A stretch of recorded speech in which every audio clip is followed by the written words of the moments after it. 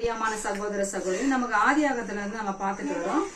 ஆதியாகத்துல ஆபிரகாமோட சந்ததிகளை பார்க்கிறோம். ஆபிரகாம், ஈசாக், யாக்கோபு. இப்ப நம்ம யாக்கோபோட சந்ததியை பார்க்கும்போது யாக்கோபுக்கு 12 பிள்ளைகளா இருக்காங்க.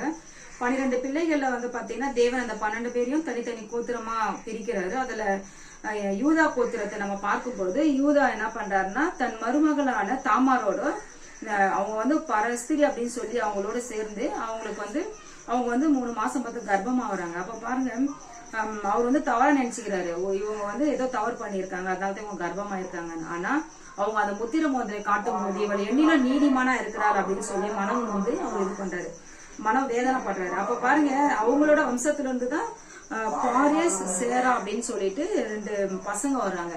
பாருங்க, இதுல என்ன நான் கத்துக்கிட்டேன்னா, நம்ம யாரையுமே அற்பமா பேசவே கூடாது. தேவன் நினைச்சா யாரை வேணாலும் உயர்த்துவார், யாரை வேணாலும் தாழ்த்துவாரு. அப்போ நம்ம ஒரு மனிதனை பார்த்து நம்ம எந்த ஒரு எடையும் போடக்கூடாதுன்னு இதன் மூலம் நான் கத்துக்கிட்டேன். ஆமீன்.